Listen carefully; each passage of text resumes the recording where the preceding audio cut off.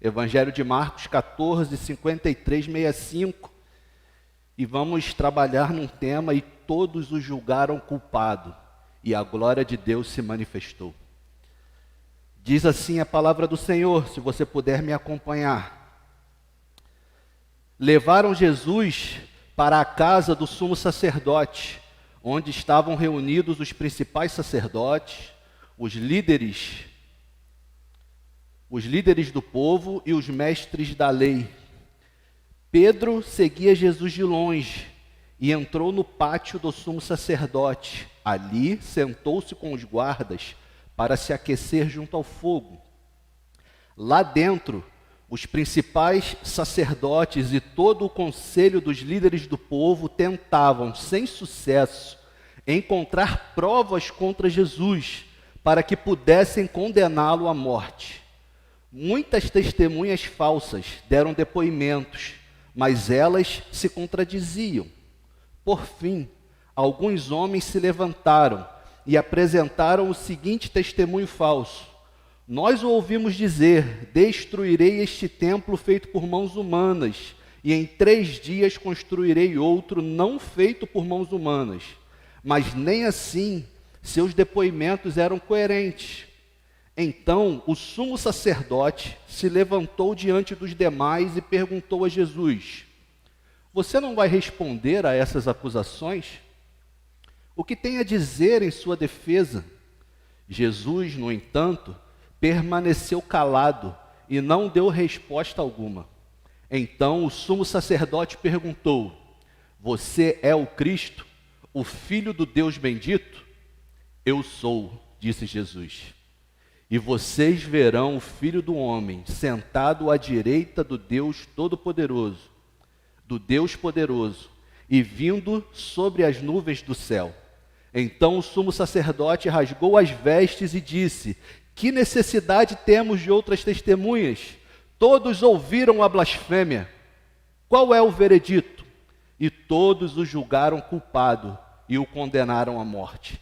Então alguns deles começaram a cuspir em Jesus, vendaram seus olhos e lhe deram socos. Profetize para nós, zombavam, e os guardas lhe davam tapas enquanto o levaram. Que Deus nos abençoe na interpretação da sua palavra para essa manhã. Meus irmãos, meus amigos, Jesus está sendo julgado aqui pelo Sinédrio. Jesus está vivenciando aqui um julgamento religioso, vamos assim dizer. Estamos aqui na madrugada de quinta para sexta-feira de Páscoa. Já havia acontecido a ceia do Senhor, a ceia, aquilo que nós conhecemos como última ceia. Jesus havia passado pelo Getsêmani, onde tinha chorado aquelas lágrimas como que de sangue. Judas já tinha vindo com a guarda para prender Jesus, então o ato de traição de Judas já tinha ocorrido, e esse julgamento é exatamente para onde a traição de Judas levou Jesus. Na madrugada de quinta-feira para sexta-feira de Páscoa, Jesus é levado à casa do sumo sacerdote, aonde a Suprema Corte religiosa de Israel é reunida. E eles começam então a fazer algo que pretendia ser um julgamento de Jesus. Vamos lembrar que nesse momento Jesus estava só. Assim como as profecias já diziam, o próprio Jesus alertou aos seus discípulos, e o que de fato aconteceu? Todos o haviam abandonado. Jesus estava só, no centro do Sinédrio, encarando 71 magistrados que buscavam uma forma de acusá-lo.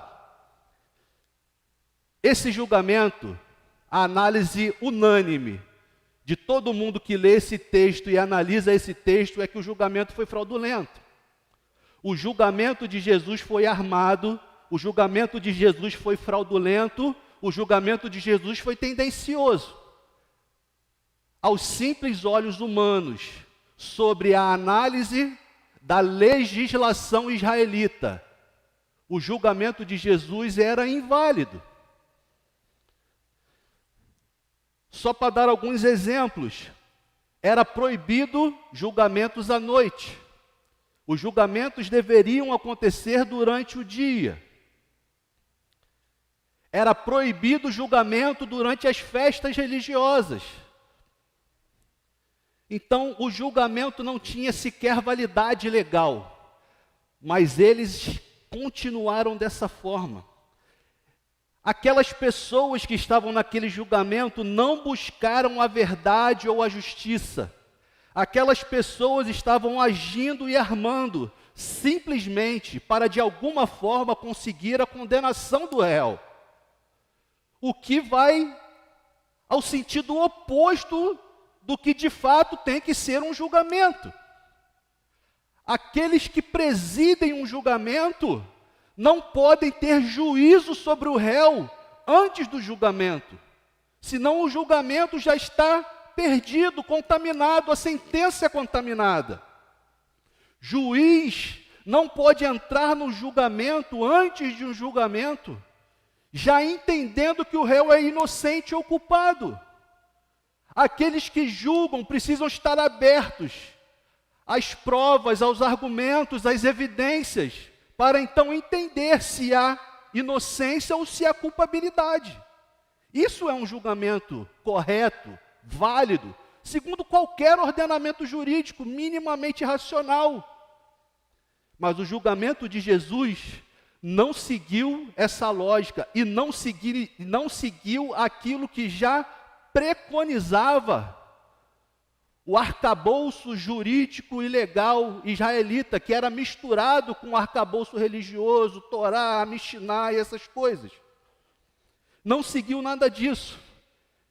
E a gente, irmão, isso não é surpresa, porque nós vamos ver que desde sempre o evangelista vai dizer, em várias circunstâncias ao longo do ministério de Jesus, que os religiosos buscavam uma forma de incriminá-lo. Quantas vezes nós lemos isso? E buscavam uma forma de matá-lo, e buscavam uma forma de incriminá-lo. Quantas foram as armadilhas que eles criaram para que Jesus fosse pego, afrontando ou transgredindo alguma lei judaica ou romana, para que eles pudessem prendê-lo e matá-lo, arrumando uma justificativa legal. E aqui não foi diferente. Aqui não foi diferente.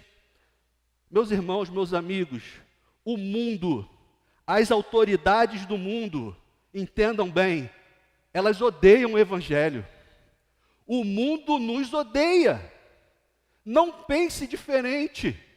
Se nós vivemos um tempo hoje, onde gozamos de certa liberdade religiosa, isso não foi conseguido por acaso, isso vem de muita luta, muito sangue. Mas veja bem, nós conseguimos isso, não é porque o mundo gosta de nós, eles, quando muito, nos toleram. Entenda bem, se você está nessa manhã sentado numa igreja dita cristã, o mundo odeia a igreja de Cristo, o mundo odeia os seguidores de Cristo, o mundo odeia o evangelho.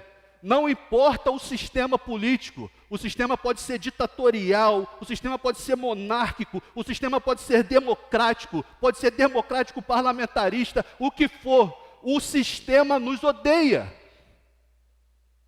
Não pense que você vive num mundo que está pronto a te abraçar, porque você carrega a fé em Cristo Jesus. Não pense que o mundo está ávido a te aplaudir, porque você carrega a fé em Cristo Jesus. O mundo está ávido para, na primeira oportunidade, acabar com você, porque acabando com você, ele acaba com a igreja, e acabando com a igreja, eles amassam o evangelho de Cristo. Essa é uma realidade dura de se falar, mas é aquilo que as Escrituras nos apresentam. O mundo até gosta dos efeitos do evangelho. Percebam quais são os efeitos do evangelho, os frutos do Espírito, os quais nós desenvolvemos: a mansidão, o amor, o cuidar um dos outros, a luta por igualdades, a luta por enxergar as minorias e respeitá-las. Isso são efeitos do evangelho no mundo e o mundo gosta. O mundo ocidental se estabeleceu em cima dos efeitos do evangelho, cresceu em cima dos efeitos do evangelho. A qualidade de vida do mundo ocidental veio em muito porque muitos irmãos ao longo da história, através dos frutos do Espírito, conseguiram melhorar a sociedade. Mas isso não passa de tolerância. Não passa de tolerância. Não espere aplausos, não espere abraço do mundo. Espere sim formas e métodos que eles buscam constantemente para abafar o evangelho de Cristo, ou pelo menos o principal evangelho de Cristo. Porque a exposição ao evangelho, a exposição das Escrituras, falar em nome de Jesus e pronunciar a doutrina dos apóstolos, não tenha dúvida disso. Isso expõe o mundo aos seus problemas. Isso expõe o coração da humanidade à sua mediocridade. Isso expõe o coração das pessoas que nos cercam às suas fragilidades. E quando nós, diante de um espelho, nos deparamos o quão feio nós somos, nós ficamos então com raiva do espelho e não com vontade de mudar a nós mesmos. Essa é a postura do mundo. Quando o evangelho de Jesus Cristo expõe ao mundo os problemas do mundo, a corrupção do mundo, a concupiscência do mundo, a perdição do mundo, o quão terrível é a vida no mundo. O mundo, então, ao invés de buscar corrigir esses problemas, e isso é efeito do pecado, porque o pecado afasta as pessoas de Deus, e afastados de Deus não têm condições de, por si próprios, buscarem a sua redenção. Logo, eles vão te odiar, eles vão nos odiar, porque nós mostramos para eles, através do Evangelho de Cristo, o quão doentes e mortos eles estão. Não espere nada contrário do que aconteceu com Jesus. Todas as situações que forem possíveis, o mundo vai te encurralar e vai buscar te acusar para matar a sua fé e quem sabe matar a ti mesmo, se você for uma fiel testemunha desse evangelho maravilhoso de Jesus Cristo. E meus irmãos, nós devemos buscar, nesse contexto, nós devemos buscar ter uma vida irrepreensível, de modo que esse mundo não tenha do que nos acusar.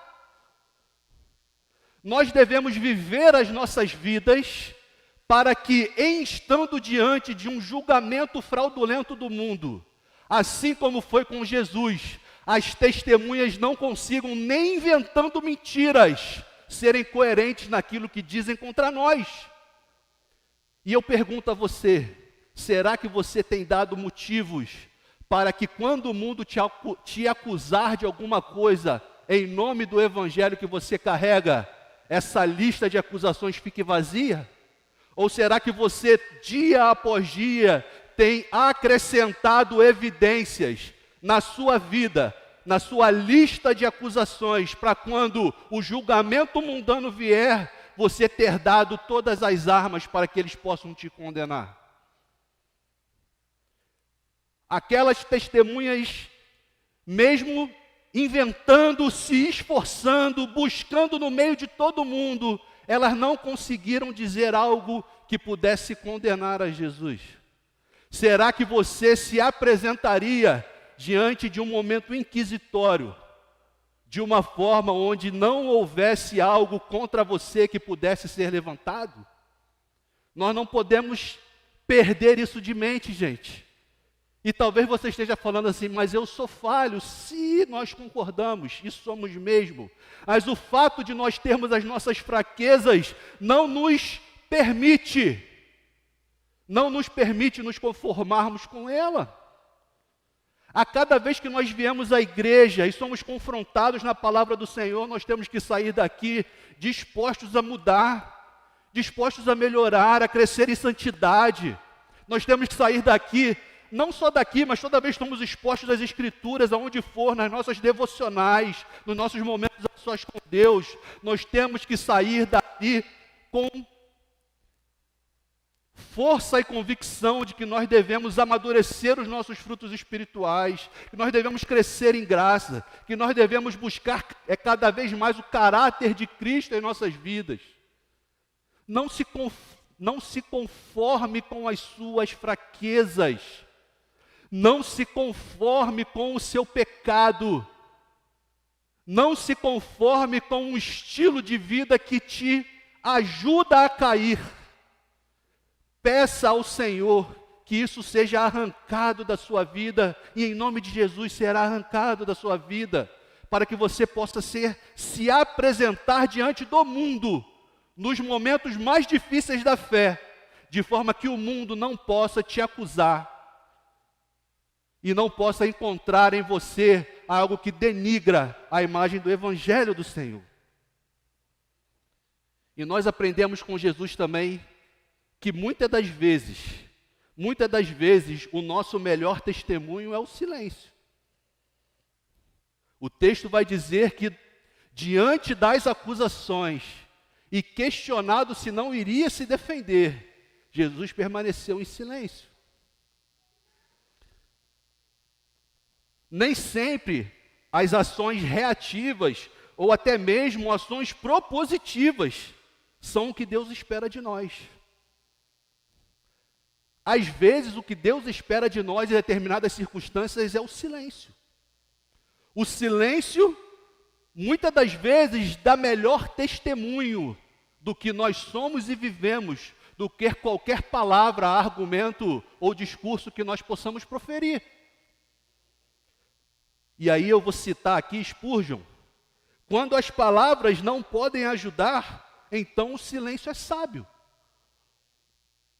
E isso vai muito de encontro ao que nós vivemos hoje, não é verdade? Eu, por exemplo, talvez alguns de nós aqui presentes, podem se encontrar numa situação onde nós sempre temos uma resposta na ponta da língua. Nós vivemos uma sociedade em que todo mundo tem resposta para tudo, a todo momento, seja qual for o assunto, todo mundo é especialista em tudo. Ninguém pensa antes de falar, ninguém pensa antes de escrever. E se pensar, ainda pensa muitas das vezes sob bases equivocadas, bases erradas, sem reflexão alguma.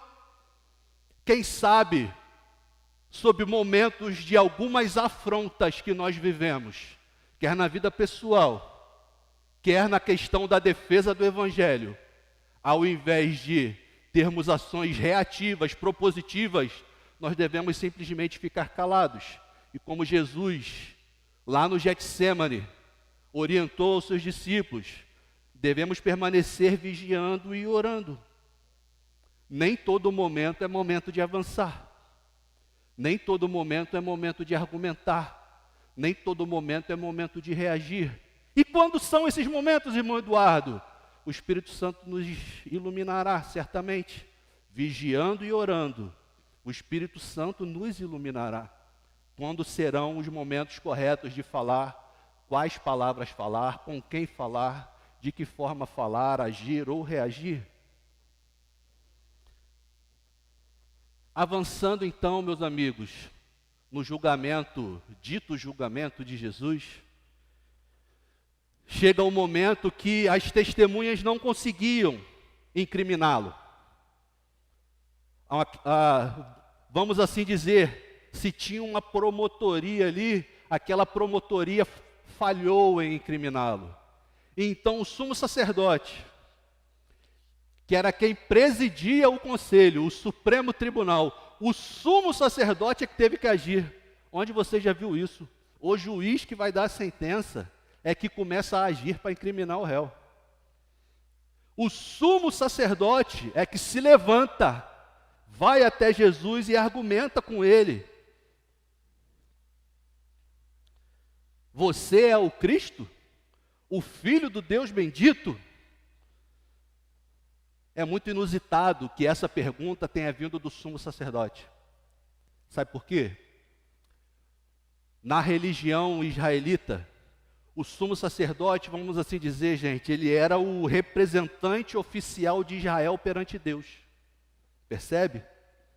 Existia uma ocasião no ano onde o sumo sacerdote adentrava no Santo dos Santos, para ele expiar o pecado da nação, em nome da nação diante de Deus. E é exatamente o sumo sacerdote, aquele que era o representante oficial de Israel diante do Deus de Israel. Esse representante é quem se levanta e pergunta a Jesus, questionando a ele se ele era o Messias, o Cristo, o Filho de Deus. A própria religião de Deus, implantada por Deus, e que ao longo da história se afastou de Deus através da sua liderança religiosa, questiona a messianidade, não, questiona se Jesus era o Messias de verdade. E pasme que diante da resposta de Jesus, e a resposta de Jesus não poderia ser diferente, Jesus diz, eu sou. Eu sou. Num tribunal, quando há uma afirmação, aquela afirmação precisa ser comprovada. Aquela afirmação precisa acompanhar aquela afirmação um processo de investigação para se comprovar aquela afirmação. Um processo de investigação precisa trazer evidências e provas sobre aquela afirmação. Gente, nós estamos falando aqui da nata, da elite judaica sacerdotal. Eles conheciam toda a lei. Eles conheciam os ensinos dos profetas, quiçá de cor. Eles conheciam tudo. Se fosse um julgamento justo, chegasse um homem ali dizendo que era o Messias, diante de pessoas justas, e lembre-se de uma coisa, essas pessoas aguardavam o Messias. Todo bom israelita aguardava o Messias. Todo bom israelita queria o Messias. Se aparecesse alguém dizendo que era esse Messias, o mínimo que se esperaria de um tribunal justo, com pessoas com coração justo, era que elas começassem a questionar entre si, será que ele é o Messias?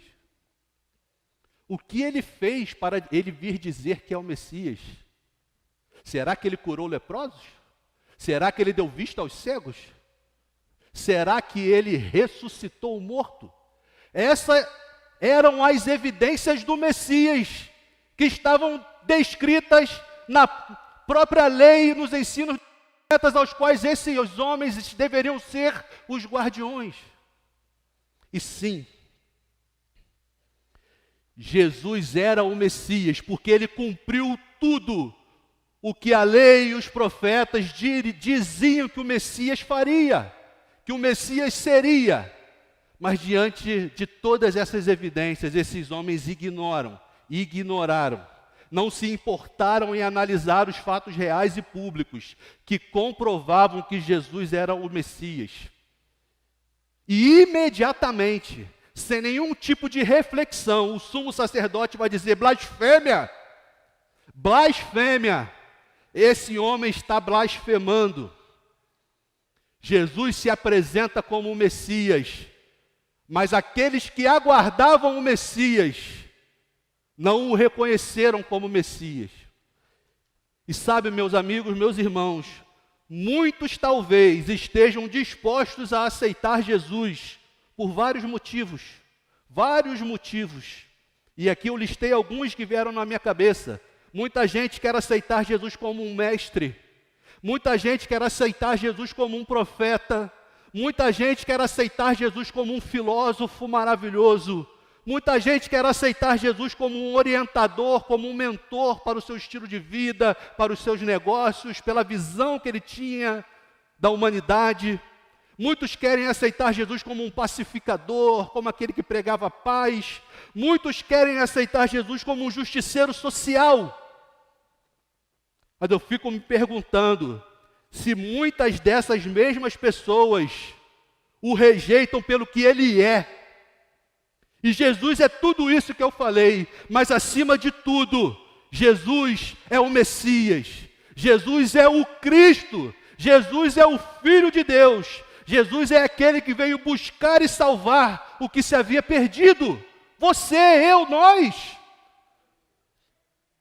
E eu fico me perguntando quantos caminham com Jesus, se aproximam de Jesus e não o aceitam pelo que Ele é. Aquele que é o Salvador de todo o mundo. E quando Jesus então se apresenta, e não tenha dúvida, Jesus se apresenta a cada um. O Espírito Santo do Senhor que atua nesse mundo, a Igreja de Cristo, fiel testemunha desse Evangelho, faz com que Jesus se apresente a cada um. E ao Jesus se apresentar quanto o Salvador da humanidade, a humanidade muitas das vezes o rejeita, igual essas pessoas fizeram no Sinédrio. E ao rejeitar Jesus, todos o julgaram culpado. Toda a humanidade julga Jesus culpado. O versículo 64 diz: e todos o julgaram culpado e o condenaram à morte. Houve unanimidade no veredito. Todos o julgaram culpado. Gente, os inimigos da igreja são unânimes. Os inimigos da igreja são coesos. Os inimigos dos discípulos de Jesus são unidos. Nós, enquanto igreja, enquanto discípulos de Jesus, nós devemos trabalhar pela paz e união dentro da igreja de Deus. Dentro da igreja de Jesus. Diante de inimigos unidos que se unem contra o Evangelho. Nós, enquanto igreja de Cristo, devemos buscar a todo momento, com todas as nossas forças, a união do corpo de Cristo, sob as bandeiras corretas, sob as doutrinas corretas, para que consigamos resistir às investidas do inimigo contra essa igreja. E muitas das vezes nós percebemos que temos tido atitudes que, em vez de agregar, desagregam, que, em vez de fortalecer, enfraquecem. Meus irmãos e amigos, vamos caminhar para a conclusão destas palavras. E caminhando para essa conclusão, a pergunta que eu gostaria de fazer, ou as perguntas é: o que você espera conseguir em nome de Jesus? O que você espera conseguir em nome de Jesus? Estamos prontos a suportar a calúnia, a humilhação ou o sofrimento em nome de Jesus? Veja bem, já foi dito aqui, o mundo nos odeia. O mundo está o tempo inteiro esperando a primeira oportunidade para abafar a nossa fé, nos calar, para que o Evangelho não avance. E para que isso seja feito, não tenha dúvidas, as autoridades desse mundo, as potestades desse mundo, usarão de todos os artifícios possíveis aos que eles têm acesso para conseguir acabar com a igreja do Senhor. Porque nós somos aqueles que testemunham o Evangelho do Senhor, o Evangelho que o mundo odeia. O que você está disposto, o que você espera conseguir seguindo esse Evangelho? Será que você está disposto a suportar aquilo que a própria palavra de Deus diz que passaremos? Calúnias, humilhações, sofrimentos. Mais uma vez eu vou citar Spurgeon. Devemos lembrar quantos homens e mulheres foram sacudidos por dores e aflições causados por mentiras e falsidades maliciosas, e a única coisa que os sustentou foi a esperança que o Pai não os abandonaria nos seus leitos de morte, mas sim que os conduziriam a uma nova vida real e plena na eternidade, gozando de total comunhão com Deus.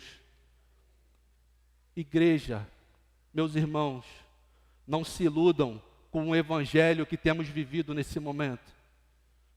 É possível que estejamos afastados do Evangelho verdadeiro e apresentando ao mundo um Evangelho meio distorcido, e por isso o mundo talvez não esteja nos agredindo forte. Em todos os momentos da história, em todos os momentos da história, aonde a igreja se abraçou ao verdadeiro evangelho de Cristo, essa igreja foi perseguida. Perseguida de várias formas, várias formas. Não tenham dúvidas que os tijolos que levantam essas paredes são tijolos que carregam histórias de humilhação, de dor, de sofrimento, porque ousaram levantar um baluarte do Senhor nessa localidade. Muitos talvez sofreram calúnias dos seus vizinhos, de seus parentes, colegas de trabalho, mas persistiram fiéis ao Evangelho do Senhor. Hoje vivemos talvez momentos de tranquilidade no testemunho desse Evangelho, mas eu me pergunto se nós estamos testemunhando o Evangelho correto, porque o Evangelho correto é aquele que envergonha o mundo. O Evangelho correto é aquele que expõe o pecado das pessoas. O Evangelho correto é aquele que prega que só há salvação quando há rejeição de nós mesmos, porque é necessário nascer de novo. Mas acima de tudo, meus irmãos, meus amigos, o Deus desse Evangelho é o Deus do cumprimento de promessas. Eu citei aqui que Jesus é o Messias. Nós cremos que Jesus é o Cristo, porque nós vemos o cumprimento da palavra de Deus em Jesus. Todas as promessas, todas as profecias que apontavam para o Messias se cumpriram em Jesus. Logo, meus irmãos, meus amigos, o Deus da Bíblia é o Deus do cumprimento de promessas. E veja bem essa frase: pela fé é racional e lógico amar e se entregar e servir a Deus. Pode ser esquisito dizer que uma coisa é racional e lógica pela fé. Isso pode soar esquisito. E sim, uma análise gramatical vai dizer que essa frase é esquisita. Mas eu vou reafirmar ela. Pela fé é racional e lógico entregarmos a nossa vida a amar e servir a Deus. É racional e lógico porque a análise histórica faz nós percebermos quem é Deus, aonde Deus age, aonde Deus agiu, e faz pela lógica e racionalidade compreendermos que Jesus é o Cristo, o Filho de Deus, Salvador do mundo. É lógico e racional, mas pela fé, meus irmãos e meus amigos, nós continuamos a crer que as promessas que ainda não se cumpriram vão se cumprir. As promessas vão se cumprir. Jesus cumpriu muitas promessas, mas existem promessas que ainda vão se cumprir, e essa promessa faz parte de quem nós somos, como igreja. Não esqueça essas promessas. Não esqueça essas promessas. Jesus foi condenado, cuspiram na cara dele, tomou tapa na cara, e você pode dizer, Jesus não merecia, mas naquele momento Jesus merecia. Jesus merecia os tapas na cara. Jesus merecia as cusparadas no rosto, porque naquele momento ele estava ali no nosso lugar. Naquele momento Jesus carregava o meu pecado, o seu pecado, pelo qual nós merecíamos tomar tapa na cara e cusparada no rosto. Merecemos, inclusive, no presente. Mas sabe quando você está caminhando com um amigo, teu amigo tem uma mochila, e você não tem mochila. Aí vocês vão pegar um ônibus. Aí você sabe que o teu amigo está carregando na mochila um produto ilícito. Drogas. Seu amigo está carregando um produto ilícito, você sabe. Mas você olha para ele e fala assim, cara, deixa que eu carrego tua mochila. E você sabe que um ônibus vai passar num posto da Polícia Federal.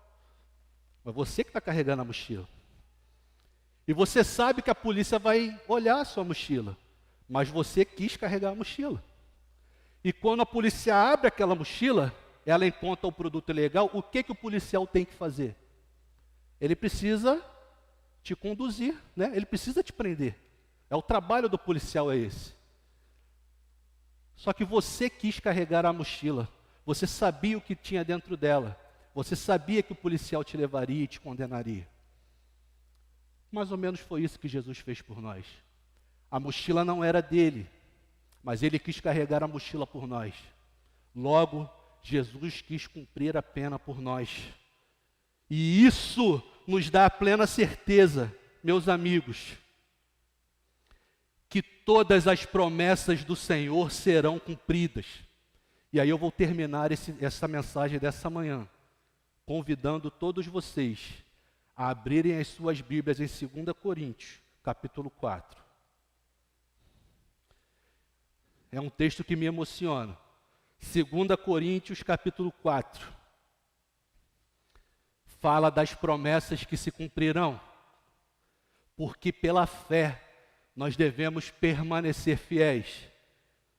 Diz assim a palavra de Deus, 2 Coríntios, capítulo 4.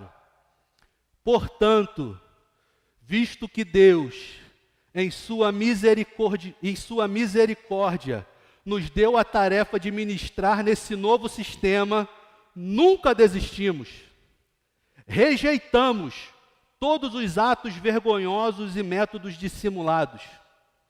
Não procuramos enganar ninguém, nem distorcemos a palavra de Deus.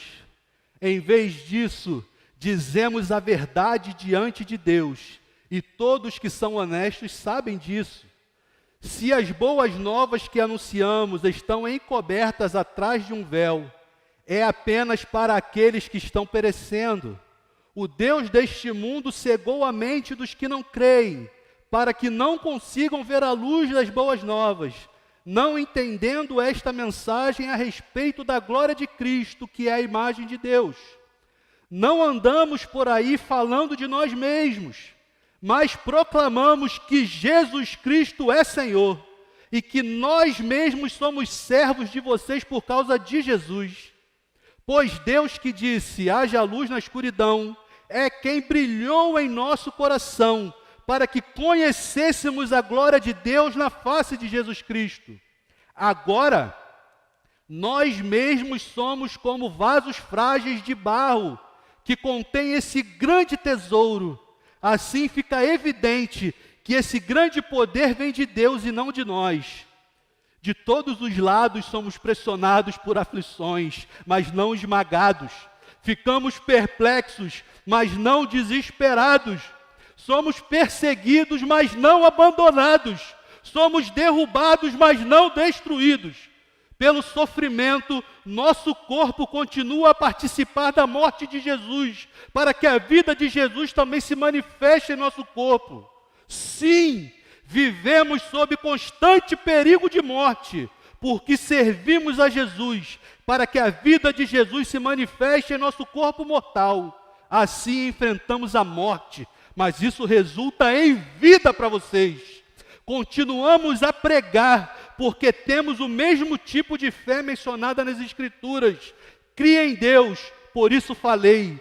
Sabemos que Deus, que ressuscitou o Senhor Jesus, atenção na promessa, também nos ressuscitará com Jesus e nos apresentará a Ele junto com Jesus, com vocês. Tudo isso é para o bem de vocês, e à medida que a graça alcançar mais pessoas, haverá muitas ações de graças, e Deus receberá cada vez mais glória. Meus irmãos, por isso nunca desistimos, ainda que nosso exterior esteja morrendo, nosso interior está sendo renovado a cada dia, pois estas aflições pequenas e momentâneas que agora enfrentamos, produzem para nós uma glória que pesa mais que todas as angústias e durará para sempre. Portanto, não olhamos para aquilo que agora podemos ver. Em vez disso, fixamos o olhar naquilo que não se pode ver, pois as coisas que agora vemos logo passarão, mas as que não podemos ver durarão para sempre. Aleluia! Aleluia! Essa é a promessa que ainda vai se cumprir. Seremos glorificados com o Senhor. Viveremos em glória com o Senhor, plenamente reconciliados com Deus. Por isso, vamos resistir. Vamos resistir às opressões do mundo, às inquisições do maligno. Por isso, povo de Deus, descanse em Jesus. Povo de Deus, todos os que sofrem nele, podem descansar suas almas no Senhor. Ao ser condenado, Jesus, ao ser condenado, manifestou a glória de Deus. Que as nossas vidas, ao resistirmos, a glória de Deus também seja manifestada a esse mundo. Em nome de Jesus, amém.